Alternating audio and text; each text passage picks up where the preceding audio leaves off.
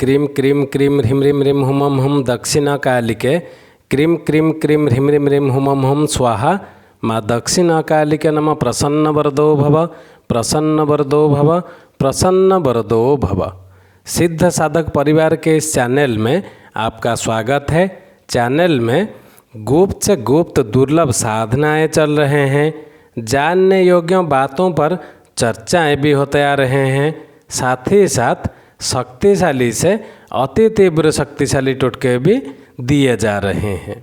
तो आज के इस साधना वाले कड़ी में हम बात करेंगे तथा पूर्ण साधना विधान देंगे त्रिपुर भैरवी साधना के विषय में, ताकि आगे चलकर आप यह साधना को सफलतापूर्वक संपन्न कर सकें और इस साधना से लाभ उठा सकें।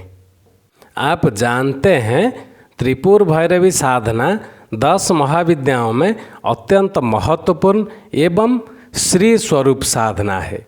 इस साधना से जीवन के प्रत्येक क्षेत्र में सुरक्षा प्राप्त होने लगता है और समस्त बाधाओं को समाप्त कर देता है।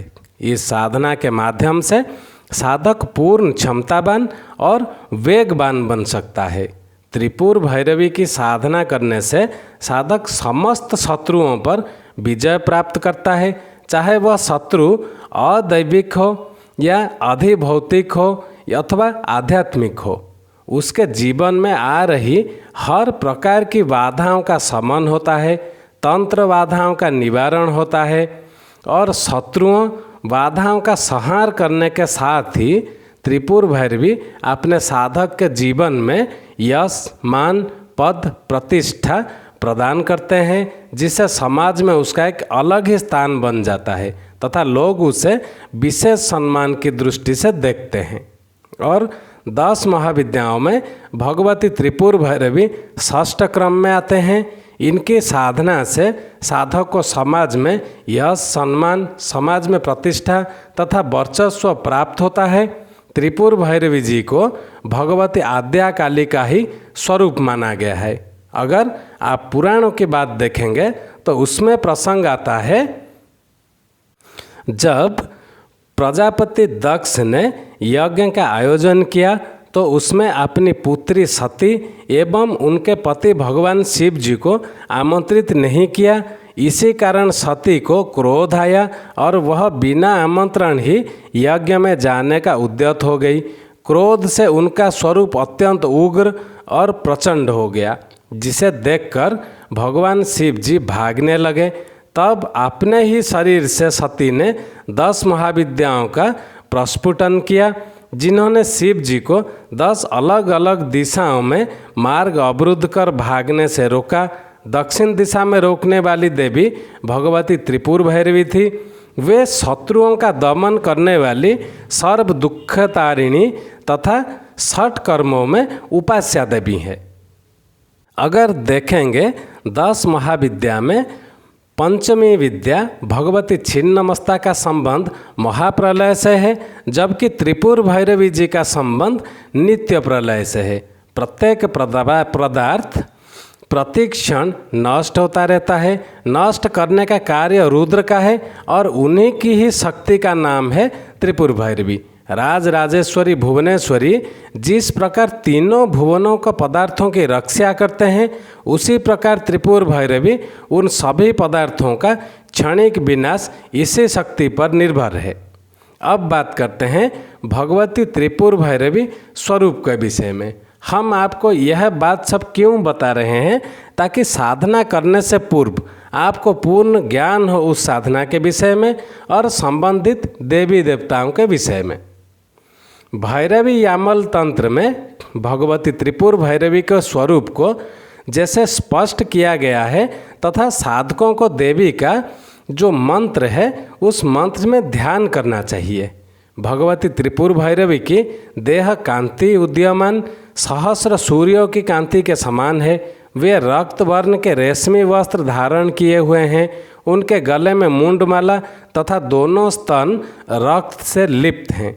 वे अपने हाथों से जापमाला, पुस्तक, अभय मुद्रा तथा वर मुद्रा धारण किए हुए हैं। उनके ललाट पर चंद्रमा की कला शोभायमान है। रक्त कमल जैसी शोभा वाले उनके 3 नेत्र हैं। उनके मस्तक पर रत्न जटित मुकुट तथा मुख पर मंद मुस्कान हर समय रहता है। अगर आप 12 ही तंत्र देखें, उनमें लिखा है कि ब्रह्मा, विष्णु और महेश आदि त्रिदेवों ने आदिकाल में एक समय देवी की पूजा की थी, इसीलिए इनको त्रिपुर नाम से भी जाना जाता है। अब हम बात करते हैं त्रिपुर भैरवी साधना विधान के विषय में।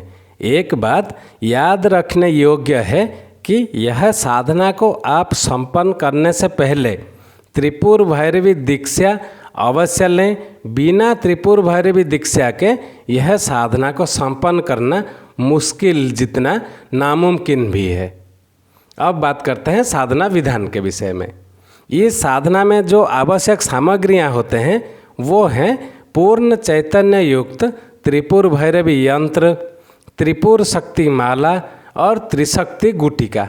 यह साधना को आप किसी भी शुक्ल पक्ष की तृतीया या किसी भी शुक्रवार को संपन्न कर सकते हैं। यह साधना अपने आप किसी भी समय कर सकते हैं।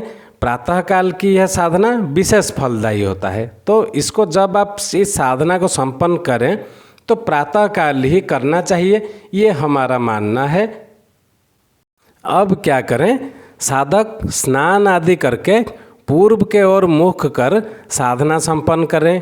पीली धोती, पीला वस्त्र धारण करें और आपने जहाँ से दीक्षा लिए हैं बिना गुरु दीक्षा के साधना में घुसे नहीं।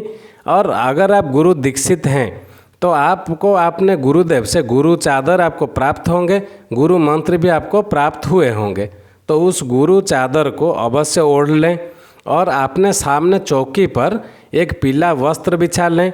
उस पर त्रिपुर भैरवी यंत्र और त्रिशक्ति गुटिका स्थापित करें।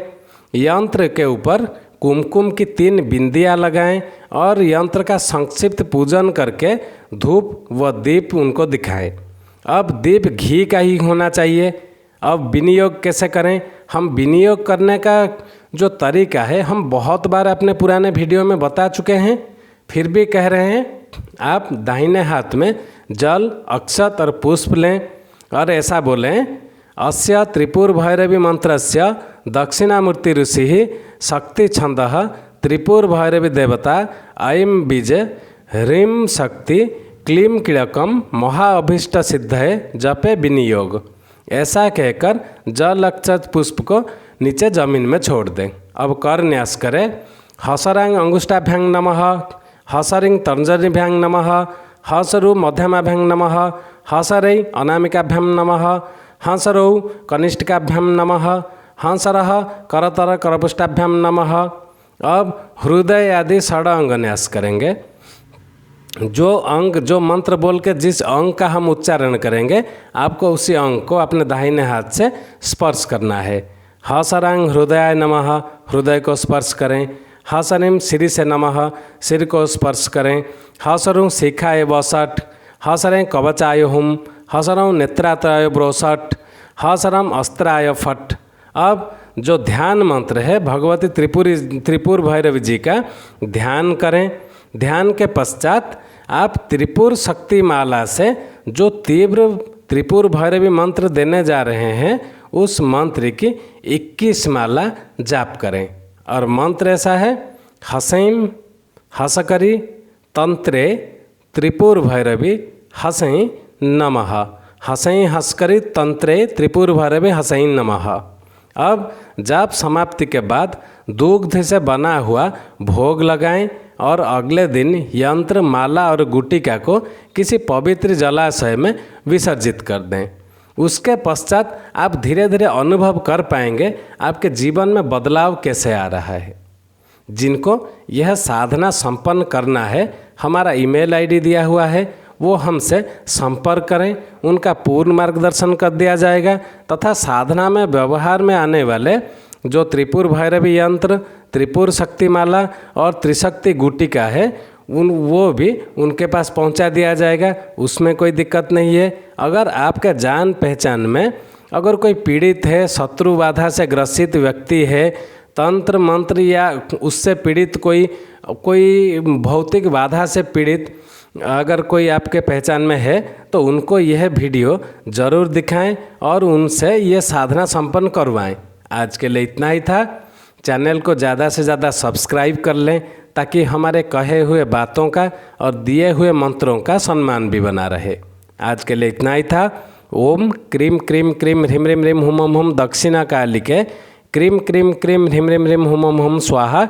माँ दक्षिणा कालिके नमः। प्रसन्न वरदो भव, प्रसन्न वरदो भव, प्रसन्न वरदो भव। जय सिद्ध साधक परिवार।